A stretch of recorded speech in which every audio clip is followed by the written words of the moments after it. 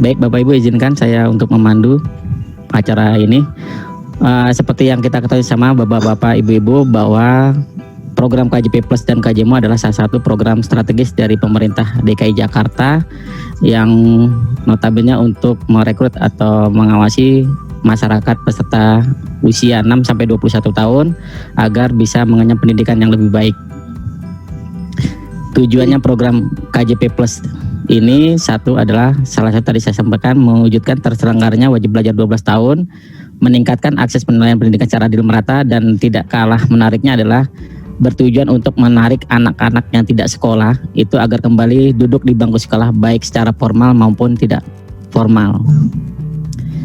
Yang kedua, keunggulan KJP Plus itu yang pertama yang paling besar itu adalah dari sisi besarannya. Semula dari KJP itu 150 untuk jenjang SD berubah menaik menjadi 250.000 di dalam program KJP Plus.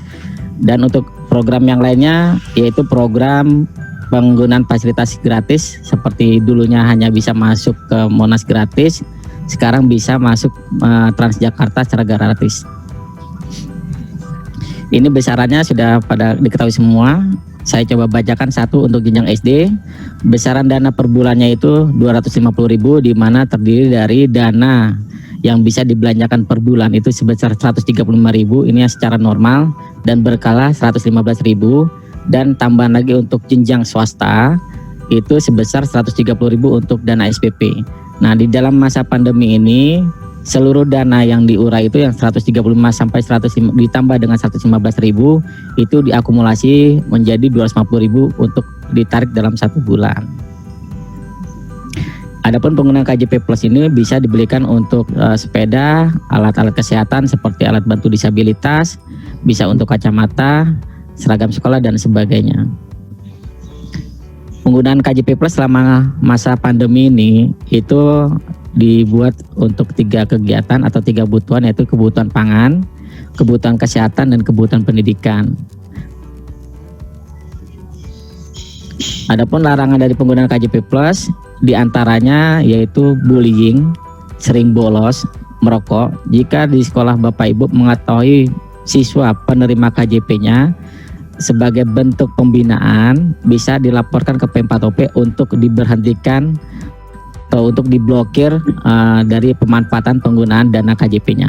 Bila mana nanti setelah ada perbaikan perilaku, sudah dilihat baik kondisinya dan normal, sudah mau belajar dan sebagainya, ada peningkatan pendidikannya, bisa diusulkan kembali.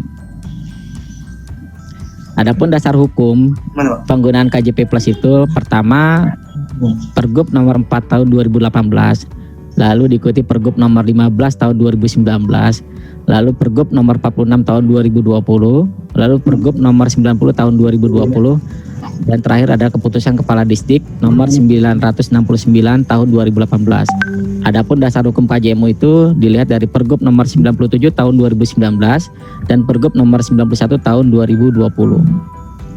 Sumber data, sebelumnya kita ketahui sumber data itu berasal dari sekolah, dari KPJ, kartu peserta kartu pekerja Jakarta yang diperoleh dari Dinas Tenaga Kerja, dan kartu Jaklingko yang diperoleh dari Dinas Perhubungan.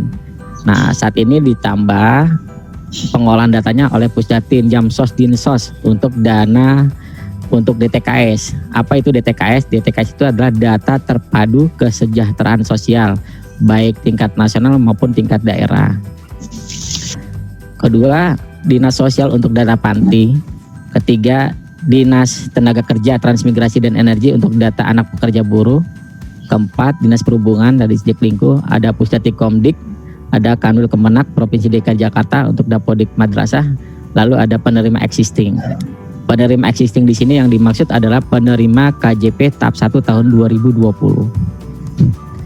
Persyaratan umum KJP Plus, persyaratan KJP Plusnya umum, dia harus terdaftar sebagai peserta didik di satuan pendidik formal maupun non formal di DKI Jakarta.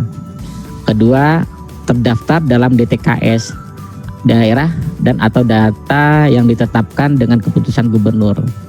Lalu berdomisili dan tercatat dalam kartu keluarga Provinsi DKI Jakarta. Untuk kartu pekerja Jaklingko itu terdaftar sebagai peserta di satuan pendidikan formal atau non formal memiliki kartu pekerja atau kartu pengemudi Mitra Transjakarta Jaklingko, terdaftar sebagai anak asuh, berdomisili dan tercatat dalam kartu keluarga Provinsi DKI Jakarta. Adapun mekanisme dan timeline pendataan saat ini berbeda dengan tahap sebelumnya Bapak Ibu. Tahap sebelumnya adalah step satunya itu adalah pemberkasan pendaftaran yang dilakukan oleh calon penerima KJP, itu mengusulkan melalui sekolah, berbondong-bondong datang ke sekolah. Nah, saat ini tidak dilakukan demikian. Kenapa? Karena tadi sudah data yang diterima, yang diolah dari P4OP adalah data dari Pusdatin Jamsos, ya, dari Jaklingko dan KPJ, lalu diolah, dipadankan dengan data Dapodik, ya, data Dapodik. Nah, itu yang disebut dengan pemadanan data dari tanggal 18 sampai 24. Jadi tidak ada pendaftaran melalui orang tua ke sekolah, ya. Lalu step keduanya ini adalah proses tanggal 25 September untuk proses verifikasi, di mana nanti data yang diolah P4OP berdasarkan data global yang dikelola tadi ada 9 indikator, lalu dipadankan dengan Dapodik, dengan sistem Dapodik, maka dikeluarkanlah hasil masing-masing sekolah. Nanti akan dimunculkan di masing-masing login KJP sekolah. Jadi ketika nanti sekolah A melihat, itu adalah data-data di sekolah A tersebut. Itu prosesnya ada proses verifikasi daftar sementara calon penerima oleh sekolah. Itu dari tanggal 25. Dan pengumumannya bisa dilakukan 6 hari ya. Selama 6 hari bisa dihitung mundur dari tanggal 8. Jadi bisa dibuat tanggal 2. Jadi sekolah memverifikasi dari tanggal 25 sampai tanggal 1 September proses verifikasi, dan tanggal 2 sampai 8 adalah proses pengumuman calon penerimanya. Nah, ketika bagi siswa atau bagi orang tua yang merasa dirinya tidak mampu dan layak mendapatkan KJP, itu ketika melihat data tidak ada, bisa berhubung atau bisa menghubungi Pendamsos, Dinsos yang ada di kelurahan tempat tinggal, ya. Jadi bukan kelurahan di sekolah tapi kelurahan tempat tinggal masing-masing. Caranya bagaimana? Bisa nanti melihat bit.ly Pusdatin Jamsos DKI. Data di sini adalah data koordinator kelurahan, pendata dan pendamping dinas sosial yang akan mendata para orang tua yang melapor, nanti akan divisitasi oleh tim dari Pusdatin Jamsos. Untuk verifikasi seperti apa? Nah, nanti verifikasinya menyatakan apakah data yang diterima itu semuanya itu ada aktif sebagai siswa di sekolah tersebut. Misalkan jika tidak ada salah satu datanya ada yang tidak ada di sekolah itu, maka wajib dilaporkan ke P4OP dengan keterangan. Misalkan keterangannya meninggal, keterangannya mutasi, keterangannya berhenti dan sebagainya. Lalu berkas-berkasnya nanti ada berkas upload, ya. Berkas yang diupload itu berbeda jumlahnya dari tahap sebelumnya. Berkas di sini adalah berkas permohonan bansos, ada surat pernyataan, nanti ada dikirim juga identitas, ya, lembar identitas calon penerima KJP. Kenapa? Karena data yang diterima dari Pusdatin Jamsos itu berbeda dengan data yang dibutuhkan oleh pihak Bank DKI. Dalam hal ini yang bank yang dipilih dalam hal pencairan KJP-nya. Lalu step ketiganya, verifikasi dan persetujuan kepala dinas. Ya, setelah dari sekolah lalu diverifikasi kepala dinas, lalu step keempatnya adalah penetapan Kepgub, ya, penetapan Kepgub.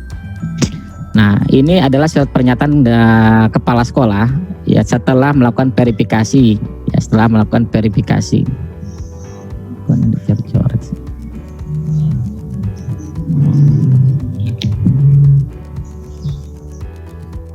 Lalu perbedaan mendasar KJP Plus, persyaratan yang lama dengan yang baru sama, yaitu terdaftar sebagai pendidik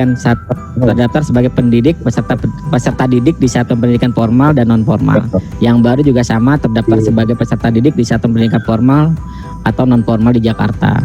Kedua, terdaftar dalam BDT dan data lain yang ditetapkan keputusan gubernur. Nah, untuk yang baru itu terdaftar dalam DTKS daerah atau data lain yang ditetapkan dengan keputusan gubernur. Ketiga, persyaratan ketiga yaitu wajib membuat atau memiliki SKTM, ya, di mana diperoleh dari pengantar RT, RW lalu ke kelurahan.